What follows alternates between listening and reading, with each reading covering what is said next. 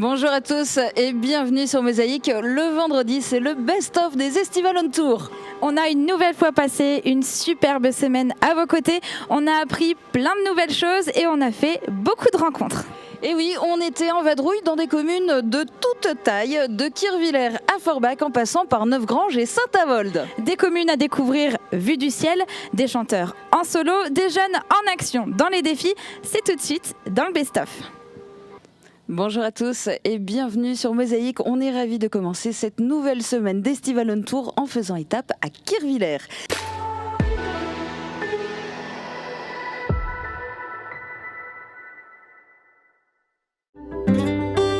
Bienvenue à Kirvillers. Kirvillers avec un V et un seul R, nous sommes en Moselle. Petit village du canton de Sarralbe, on ne compte ici que 2 rues. La rue principale et dans son prolongement, la rue de la Forêt, où se trouve le lotissement. Sur les 2,54 km² du banc de la commune, vivent en toute quiétude environ 150 habitants. Au bout du lotissement, une route forestière pénètre dans le bois. Le long de cette forêt se situe la piste cyclable qui mène à Hazembourg. Le village est bordé par les forêts de ses voisins, Ronskirch et Hautevillers. Car le banc lui-même est occupé principalement par des terres agricoles exploitées par le seul agriculteur de la commune. Au Moyen-Âge, Kirvillers fut un village de la seigneurie du Val de Guéblange, réuni vers 1380 à la châtellenie d'Albestroff. L'église a été construite en 1858, dédiée à Saint-Michel. Pendant la dernière guerre, le village n'étant pas situé dans la zone rouge à évacuer, les habitants sont restés chez eux jusqu'en mai 1940. L'attaque foudroyante de l'armée allemande le 10 mai déclencha une deuxième vague d'évacuation, alors que les patrouilles allemandes s'aventuraient dans la Trouée de la Sarre, où les inondations défensives avaient englouti le paysage. Kirvillers fut évacué le dimanche 28 mai sur Ris, dans le Puy-de-Dôme. Le village est traversé par la Rose.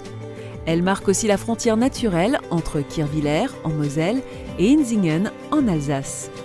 Une petite rivière qui a donné son nom à l'unique association de la commune. Kirvillers est un petit territoire paisible, dont on savoure chaque jour la tranquillité, un havre de paix en pleine nature.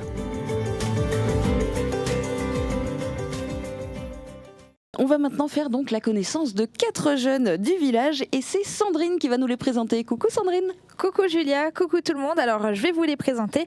Je suis aujourd'hui avec Elisabeth, Manon, Emma et Léna et elles vont se battre toutes les 4 pour tenter de gagner des défis et je vais tout de suite vous laisser découvrir le premier.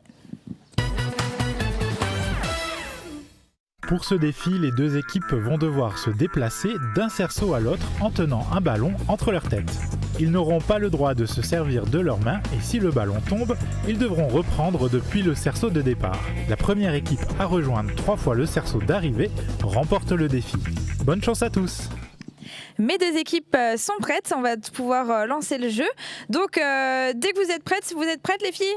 Ouais, je crois qu'elles ont vraiment hâte de commencer. Alors, on va tout de suite lancer le jeu et vous pouvez prendre le ballon et y aller. Alors, dans le public, on peut les encourager, on peut les applaudir déjà. Alors, sans les mains, retournez au début les filles, retournez au début, l'équipe bleue. Alors, dans l'équipe rouge, on s'en sort vraiment plutôt bien. Allez-y, retournez au départ. Ah voilà, dans l'équipe bleue, là, c'est un peu mieux déjà. Super, allez, refaites un aller, vite. Non, vous pouvez le prendre à la main.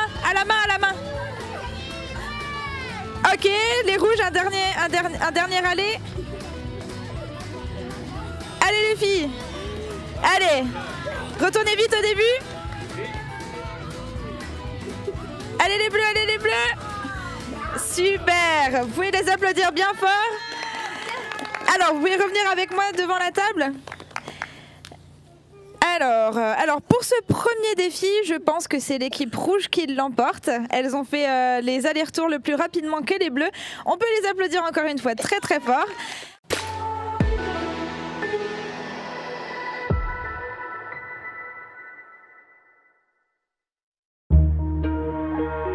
Une croix à côté de l'entrée d'une église, c'est plutôt classique. Sauf que cette croix-là n'a pas toujours été là. En effet, ce calvaire a été érigé en 1753, alors que l'église, elle, n'a vu le jour qu'un siècle plus tard, en 1856. Il s'agit donc d'un réemploi d'une croix existante, mais les indices sont plutôt minces pour connaître son origine exacte. L'édicule est composé d'une haute croix encadrée par 2 petites statues de la Vierge et de Saint Jean. On peut y lire, en plus de la classique prière, une seconde inscription funéraire très abîmée et incomplète, ce qui indique l'emplacement d'une sépulture à proximité du monument. Cependant, on suppose que l'emplacement de la croix contre l'église pourrait signifier qu'il s'agit d'une ancienne croix de mission ou tout simplement de la grande croix du cimetière.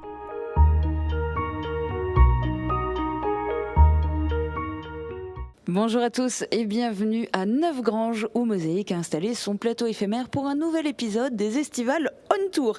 Il y a tellement de choses à dire sur cette commune qu'on n'arrivera sûrement pas à être exhaustif, mais on va vous en donner un large aperçu et vous allez même pouvoir survoler Neufgrange pour découvrir la commune vue du ciel dans la carte postale aérienne.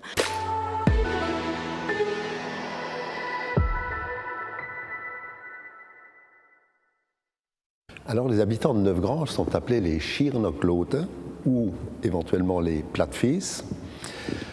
Ceci pour une raison toute simple, c'est que lorsque le village a été créé vers 1560, les premiers habitants étaient des calvinistes. Les calvinistes avaient au pied des savates assez particulières qui étonnaient le voisinage. Et ces savates étaient relativement plates et leur donnaient 2 grands pieds. Alors cette histoire a une suite qui s'est passée le 1er novembre 1872. Ce jour-là, on inaugure la ligne de chemin de fer entre Sarreguemines et Sarrebourg avec un arrêt dans tous les villages. Ce 1er novembre, tout le village est à la gare de Neufgrange, observe ce train qui arrive, ce magnifique train avec 3 wagons derrière lui, un wagon rouge, un wagon vert, etc. Et tout le monde vient si près et observe cette machine que personne n'a jamais vue. L'arrêt dure à peu près 10 minutes. Les gens sont adossés à la barrière et quand le train veut repartir, 10 minutes après, impossible de faire redémarrer le train. Qu'est-ce qui se passe ? Tout simplement, on s'aperçoit après une enquête que tous les Schierner Plattfees avaient leurs pieds qui étaient bloqués sous la roue et empêchaient le train de redémarrer. Voilà ce qui vient agrémenter ou illustrer les Schierner Plattfees.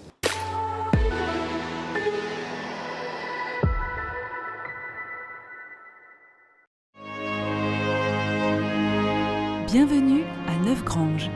Neufgrange est un village vert et fleuri, entouré d'un écrin de massifs forestiers et se situe dans la ceinture verte de Sarreguemines. La localité bénéficie de la dénomination village touristique et adhère à l'office de tourisme communautaire. 2 étangs sont présents dans la commune, l'étang du Brûle au centre du bourg et l'étang Saint-Vite, cadre idéal pour la détente.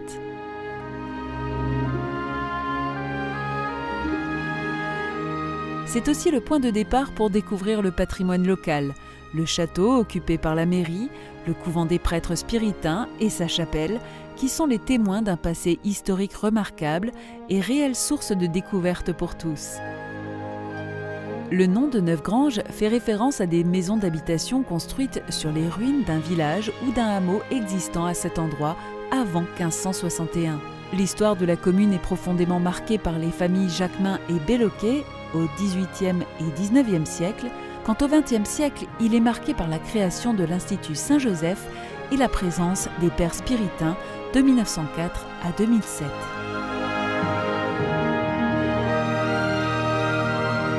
Le dynamisme du village se retrouve dans bien des domaines, avec 23 entreprises et une vingtaine d'associations. Neufgrange est aujourd'hui un village de caractère. Il se met progressivement en valeur et troque sa vieille peau pour de nouvelles parures. Le charme, c'est aussi la dualité du village qui allie la beauté architecturale de son patrimoine avec la modernité et la qualité des nombreux équipements nouveaux et des aménagements successifs. Dans un village où l'amélioration du cadre de vie est un souci permanent, on ne peut que s'y sentir mieux que nulle part ailleurs.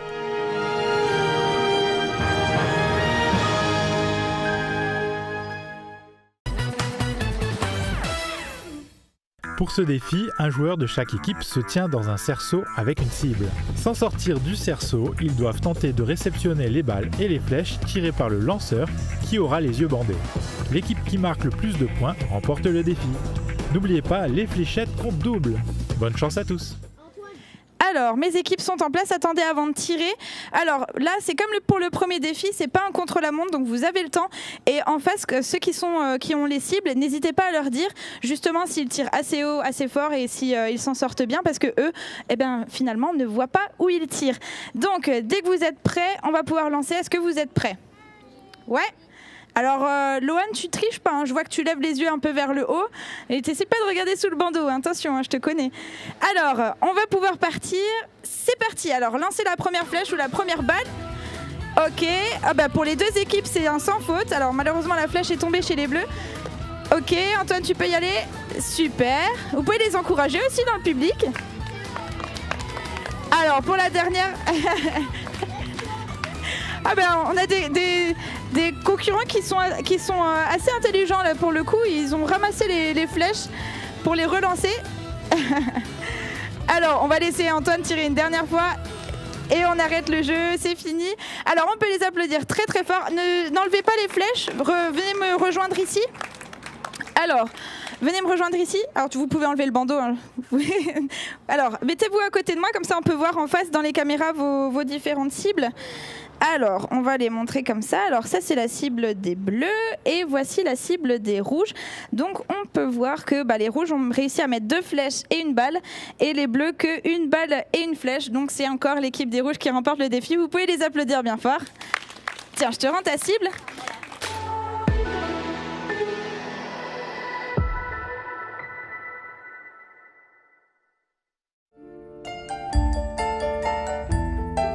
Comme un petit air de Chapelle Sixtine à Neuf-Granges.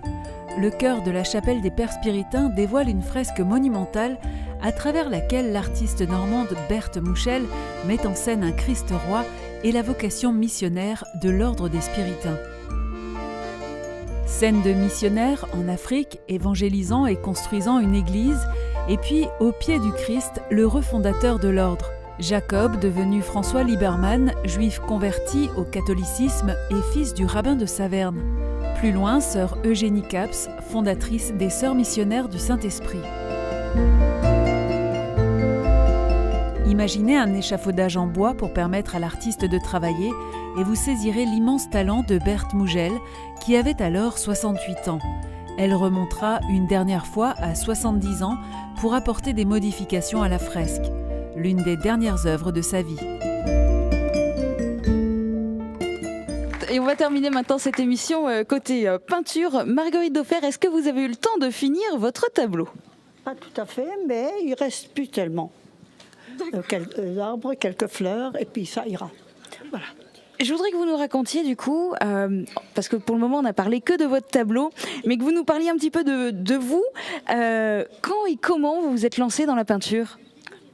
Dans les années 80, les enfants étaient grands, il y avait un vide, et il y avait Madame Couteau à Sarreguemines. On était à l'Union féminine civique et sociale, on faisait des visites des entreprises et tout. Et elle a dit, elle avait fait les beaux-arts, et bien écoutez, je vous montre comment, si vous voulez faire de la peinture. Alors elle nous a montré sur papier, on a mis du blanc d'œuf pour que la peinture ne s'imprègne pas. Et après, elle est partie et je suis allée chez M. Duparchy, une bonne dizaine d'années. Et suite à ça, je suis allée chez Mme Kepler pour l'initiation au couteau. Et j'ai fait des stages chez Grand Montagne. Et maintenant, on se rencontre pour peindre. Et puis un petit peu à la maison aussi. Hein. Voilà. Et ça fait depuis des années 80. Voilà. Et aujourd'hui, vous y consacrez encore beaucoup de temps? Un peu moins, mais je lâche pas. Je lâche pas. Je peins toujours ce que j'ai envie, ce qui me plaît. Hein, et puis, voilà, je ne suis pas tout à fait ce qu'indique la mode. Vous voyez? Mais je fais quand même un peu d'abstrait de temps en temps. Mais je suis plutôt figurative et j'aime beaucoup affectionner les fleurs. Ça, c'est mon truc favori, quoi. Et si on veut les voir, alors vos toiles, est-ce que vous exposez de temps en temps? Est-ce que vous acceptez de vous en séparer? Est-ce que vous en vendez? Oui, j'ai déjà exposé, j'ai fait 2 grandes expositions à Sarreguemines, mais chaque 10 ans, tous les 10 ans. Et à Neuf-Granges, j'ai déjà fait plusieurs expositions. J'ai participé aux plusieurs prix dans les environs, à Dieuze, à Folquemont. J'étais à Creutzwald, j'étais même jusqu'à Nancy pour les conseillers régionaux. Et j'expose comme ça un peu partout où il y a des expositions. Bravo et merci beaucoup. Merci aussi d'avoir relevé le défi de venir peindre dans cette émission. C'est vraiment quelque chose. Et oui, on peut l'applaudir parce que vraiment, c'est pas donné à tout le monde. Merci beaucoup.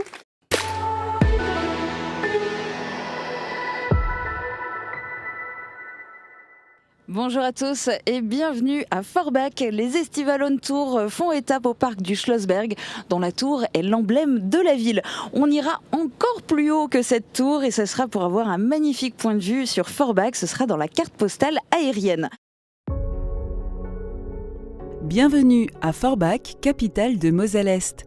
La commune d'un peu plus de 22 000 habitants est la 3e ville du département.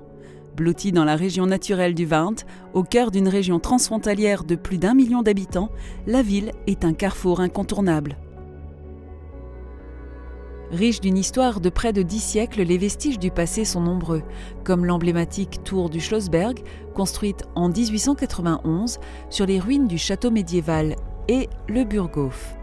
On doit ces monuments à l'industriel Gustav Hatt, qui détenait une cartonnerie florissante. La ville est au cœur de l'ancien bassin houiller. Ce sont les Vendel qui lancent l'activité minière à Petite-Rosselle, Forbach puis Stirin-Vendel. La mine, la cartonnerie ou encore un peu plus tôt la tuilerie couturier, toutes ces activités ont cessé les unes après les autres. Forbach a dû faire face à cette crise mais a su rebondir et se reconvertir. Sa situation géographique et son accès facile attirent les entreprises. Ainsi est né l'Eurodev Center, une pépinière d'entreprises innovantes sur l'ancien parc à bois des Houillères. L'offre en matière d'enseignement, de formation et de santé est large, mais également en matière de loisirs. Les équipements sportifs sont nombreux et prestigieux, pour exemple la piscine olympique. Côté culture, on n'est pas en reste avec la médiathèque et le carreau Scène nationale de Moselle-Est. La ville aujourd'hui gagne en habitants grâce à la réalisation de nombreux projets.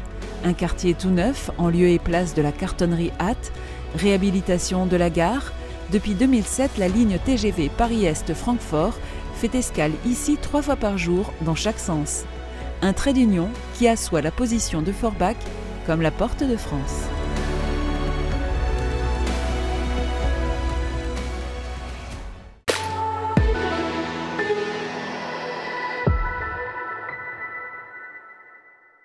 Alors à la surprise générale, on va les appeler les Fuopara Ekestea. Alors pourquoi? Alors si on prend le plan du vieux Forbach, donc le château étant là-haut, on va avoir un dédale, c'est un vrai labyrinthe de maisons, de ruelles. Plus personne ne se retrouve. Et que vont faire les hommes? Les hommes, ils vont se mettre dans les coins. Et pour parler, pour faire la causette, puisque bon, ils vont s'ennuyer un peu.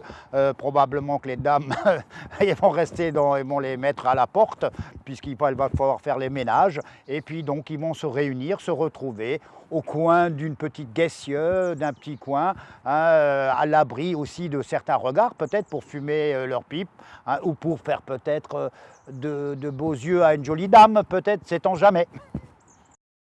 Alors c'est toujours le défi le plus attendu par les enfants, je pense que c'est aussi le cas aujourd'hui, n'est-ce pas? Ouais. Bah oui, c'est sûr, c'est le jeu où on va se faire mouiller. Alors, on va terminer de se mettre en place, je vous laisse avec les explications et on arrive tout de suite après. 2 joueurs, munis d'un kawé, sont placés dans un cerceau avec un bol sur la tête. Les 2 autres joueurs, armés d'un pistolet à eau, doivent tirer dans le bol sans sortir de leur cerceau. L'équipe qui réussit à remplir le plus le bol remporte le défi. Bonne chance à tous! Alors, mes deux équipes sont prêtes. Les joueurs sont en train d'armer les pistolets. On va pouvoir se lancer tout de suite. Je vais juste moi en profiter pour passer derrière la table. Comme ça, j'évite de me faire mouiller comme d'habitude. Et je rejoins Aude qui a le sifflet. Et dès que Aude siffle, vous pourrez commencer. Alors, c'est parti. Dans le public, on peut les encourager bien fort. Alors, je vous le rappelle, les deux équipes sont pour l'instant à égalité parce qu'ils ont chacun remporté un défi. Alors attention, si tu te penches trop, tu vas tout faire tomber.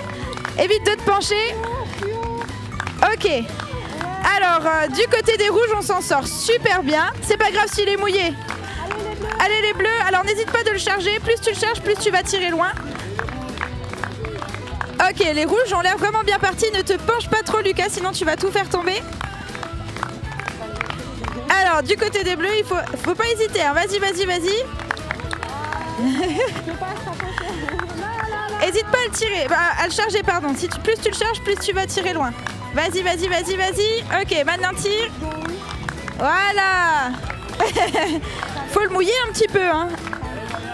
Alors, il reste 5 secondes. On peut faire un décompte dans le public. 5, 4, 3, 2, 1.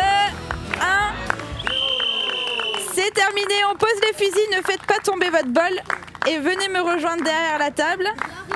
Alors, vous pouvez venir aussi, tout le monde derrière. Venez me rejoindre ici. Alors les rouges, c'est là. Alors, Tu viens derrière la table? viens de ce côté. Dorian aussi. Viens là. Passez tous derrière la table, sinon on ne voit pas l'écran. Passez derrière la table. Ok, donc vas-y toi de ce côté. On te laisse la place. Alors, oh bah ça se remplit. Waouh, on peut les applaudir bien fort. Alors là, c'est vraiment... Là, je pense qu'il n'y a vraiment pas à hésiter. C'est vraiment les rouges qui ont vraiment super bien réussi ce défi. Alors, on va repasser devant la table pour pouvoir discuter de tout ça. Alors, les bleus à ma gauche, comme depuis le début. Les rouges à ma droite. Qu'est-ce que tu nous dis? Je suis tout mouillée. Ah bon? Mais comment ça se fait? Bon, moi je serai dessus. Eh ben c'est pas malin ça. Alors les rouges, félicitations. On peut les applaudir encore une fois bien fort. Vous avez vraiment remporté ce défi avec grand succès. Alors mets-toi à côté de moi, voilà, comme ça. Alors, c'est vous qui avez remporté au final, qui avez gagné la compétition aujourd'hui parce que vous avez remporté les 2 derniers défis. Les bleus, pas trop déçus? Non, ça va, mais bon, on a quand même voulu gagner. Bah oui, c'est sûr. Mais bon, l'essentiel, c'était de participer. Ils étaient truqués les pistolets. Qu'est-ce que tu dis? Ils étaient truqués les pistolets, c'est pour ça. Ah non. Bah non, je pense pas, non. On essaiera tout à l'heure. Hein. Je chargé énormément. C'est pas grave. Allez, l'essentiel, c'est d'avoir participé et j'espère en tout cas que vous vous êtes amusés. À fond. Ah bah alors ça, c'est l'essentiel.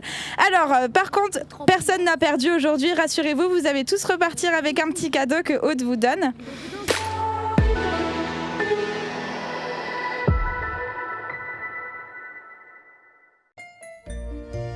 C'est le nom de cette colline, le Kreuzberg, qui a donné son nom à la chapelle Sainte-Croix.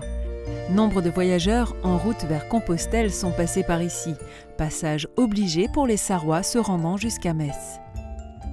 Mais à ce lieu se rattache aussi la légende de la comtesse Alice de Verde ou Alice de Wörth. Césario, est-ce que tu connais la légende d'Alice? Non. Tu connais pas la légende d'Alice? Alors, il y a une légende qui dit que voilà, là, en face, au niveau du château, tu vois où il y a le château, le Schlossberg, il y avait une princesse. Elle était belle. Et c'était Alice. Et les belles princesses, elles avaient des prétendants, tu vois, qui voulaient la marier. Sauf les belles filles, souvent ils ont un problème pour se décider. Elle avait 2 prétendants. Et elle n'arrivait pas à se décider entre l'un et l'autre. Et qu'est-ce qui s'est passé? Qu'est-ce que font les garçons pour les filles? Ils se battent? Ils vont se battre, exactement. Ils vont se battre. Et ils se sont battus tous les 2. Et puis, suite aux batailles, au combat, ils sont décédés tous les 2. Et puis, elle était prise de remords. Et puis, elle était vraiment triste. Et alors, elle s'est retirée ici, sur la colline Sainte-Croix. Et c'est là qu'elle est venue en ermitage et qu'elle a créé cette chapelle. Voilà la légende. Alors maintenant, lors de la rénovation de cette belle chapelle, on a retrouvé ici, là où tu es, une tombe. Il y a une tombe dans la roche et on a trouvé 3 corps, 3 squelettes, dont un squelette de femme. Ce qui voudrait dire qu'effectivement la légende est vraie. C'est une très très belle histoire.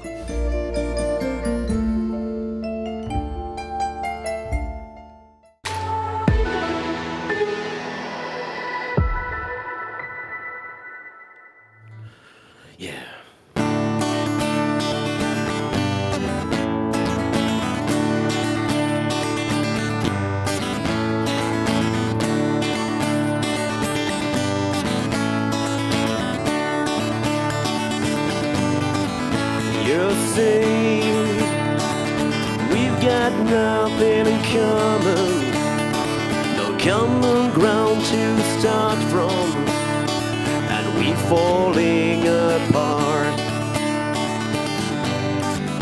You say the world has come between us, our lives have come between us, so I know you just don't care. When I say, what about a breakfast at Tiffany? She said, I think I remember the film right as I recall. I think we both kind of liked it. And I said, well, that's the one thing we've got.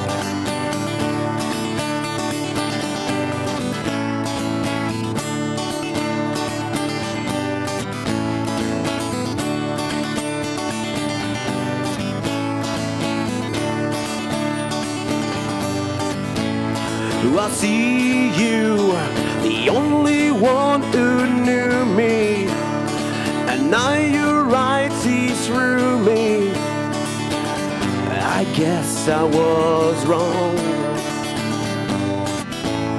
so I now it's plain to see we're over, and I hate when things are over with so much left undone. When I said, what about a breakfast at Tiffany's? She said, I think I remember the film right as I recall. I think we both kind of liked it. And I said, well, that's the one thing we've got. You say that we have nothing in common, no common ground to start from, and we're falling apart. You see, the world has come between us, our lives have come between us, so I know you just don't care. When I said, what about a breakfast at Tiffany? She said, I think I remember the film right as I recall. I think we both kind of liked it. And I said, well, that's the one thing we've got. I said, what about a breakfast at Tiffany? She said, I think I remember the film right as I recall. I think we both kind of liked it. And I said, well, that's the one thing we've got.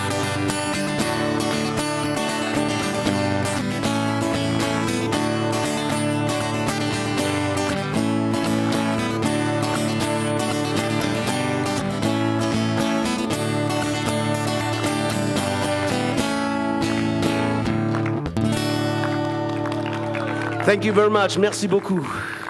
Merci à TV Mosaïque. Bonjour à tous et bienvenue à Saint-Avold. Les Estivales On Tour font étape en plein centre de la cité naborienne, place de la Victoire. Mais on va vous faire découvrir l'ensemble de la ville au fil de cette émission et y compris vue du ciel grâce à la carte postale aérienne réalisée avec le drone de Mosaïque.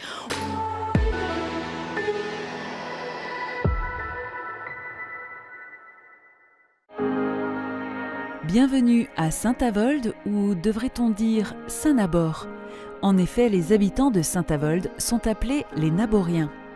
À l'origine, était un moine irlandais qui, en 509, créa un oratoire à l'emplacement de Saint-Avold. Une abbaye bénédictine remplaça l'oratoire et le 25 août 765, les reliques de Saint-Nabor y sont transférées. C'est donc autour de cette abbaye que s'est développé le bourg. Sa situation géographique en fait très tôt le point de passage pour les Français voyageant vers le Rhin et inversement les Allemands ou Hollandais descendant en France. Aujourd'hui, traversée par l'A4, c'est toujours le cas. L'industrialisation se développe au cours de la première moitié du XIXe siècle, assurant du travail à de nombreux Naboriens ainsi qu'aux habitants du canton. Puis le développement charbonnier fait de Saint-Avold une ville de résidence. La société houillère Sarre et Moselle construit pour son personnel la cité Jeanne d'Arc avant 1930. Puis, après la Seconde Guerre mondiale, 1300 nouveaux logements sont construits pour les besoins des houillères. La population de la ville passe de 7 à 18 000 habitants. La fin du charbon en France signe aussi la fin de la coquerie de Carlin, située en partie sur le banc de Saint-Avold. C'est l'industrie pétrochimique qui favorise un nouveau développement économique. Ville fleurie 3 fleurs, Marianne d'Or 2010 de l'environnement et du développement durable et Marianne d'Or 2014 des projets économiques, sociaux et solidaires, Saint-Avold bénéficie de nombreux atouts. Porte d'entrée de Moselle-Est et du bassin houiller, sa situation de carrefour et son éloignement de la zone industrielle offrent un environnement agréable aux 17 000 habitants de la ville qui connaît une croissance moyenne supérieure à ses voisines du bassin houiller.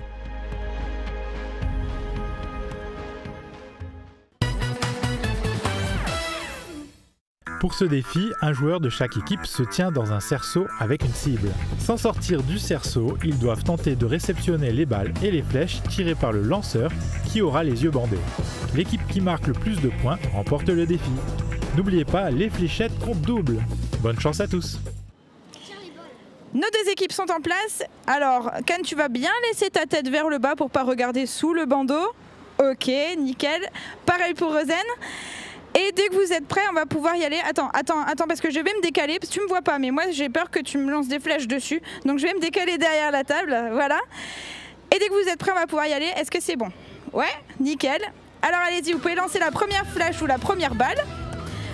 Ok. Alors Rosen, il faudra que ce soit un tout petit peu plus haut.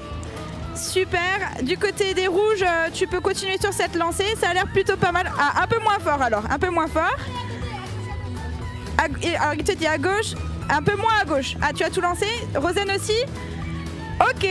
Bon, alors on peut applaudir. Alors, on n'enlève pas ce qu'il y a dessus, on peut les applaudir déjà pour leur performance. Vous pouvez revenir à côté de moi. Viens par là, Corentin. Alors, tu vas montrer la cible à la caméra. Tu peux enlever ton bandeau, hein, Can. Tu vas pouvoir revenir. Revenez comme on était au début, l'un à côté de l'autre. Aussi par là. Viens à côté de moi pour montrer ta cible. Alors, on peut voir que du côté des bleus, on a réussi à réceptionner 2 flèches et du côté des rouges, malheureusement, une seule. Alors, on va voir au niveau des points, 90 et 14, et toi, tu as combien? 10. Eh bien, au final, c'est l'équipe bleue qui l'emporte. Vous pouvez les applaudir bien fort. Alors, qu'est-ce qui s'est passé dans l'équipe des bleus, dans l'équipe des rouges, pardon, dis-moi. En fait... il était... Moi, j'étais prêt. Et il a tiré et j'ai essayé d'attraper. Il tirait peut-être un peu trop fort. Voilà, et j'ai pas pu attraper parce qu'il tirait de gauche à droite. C'est pas grave. En tout cas, vous ferez mieux pour le prochain défi, j'en suis sûre. «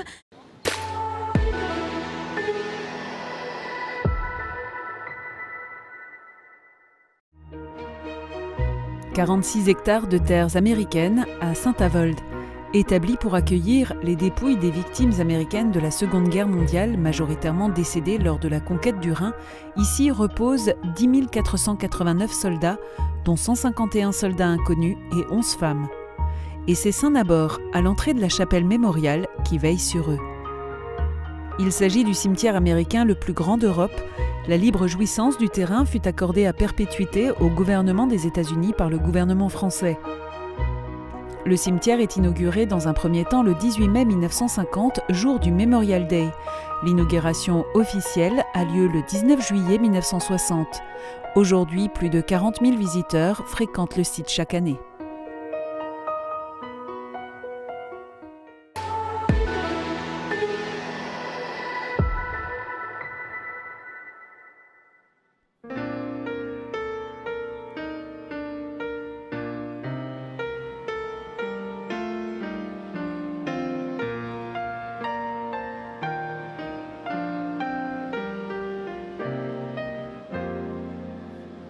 Quand on n'a que l'amour à s'offrir en partage au jour du grand voyage qu'est notre grand amour. Mais quand on n'a que l'amour, mon amour, toi et moi, et pour qu'éclate de joie chaque heure et chaque jour, quand on n'a que l'amour pour vivre nos projets,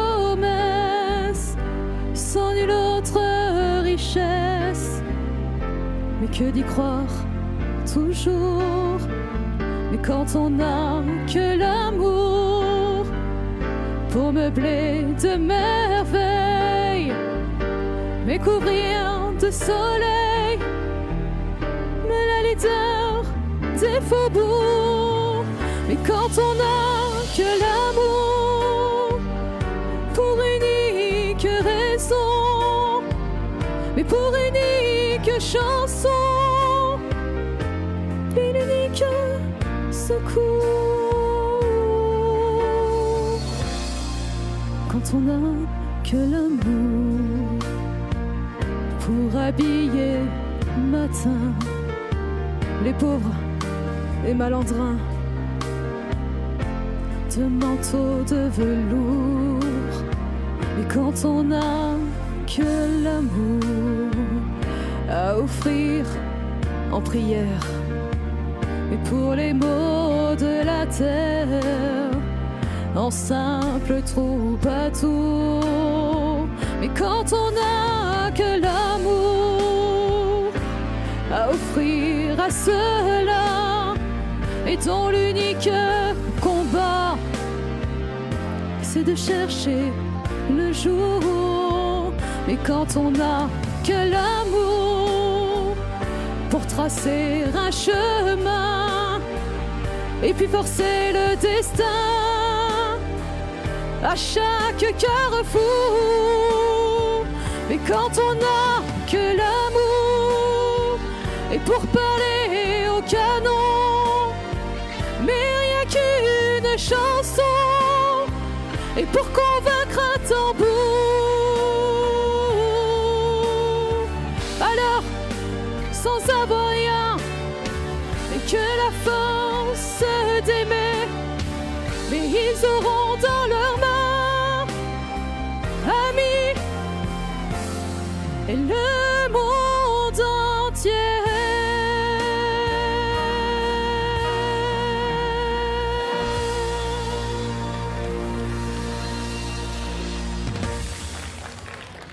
Et de notre côté, on reprend la route et on vous donne rendez-vous tous les jours dès midi sur Mosaïque. La semaine prochaine, on vous fera découvrir Beach, Sœur-Union, La Petite Pierre et Niederbronn-les-Bains. Très bon week-end à tous.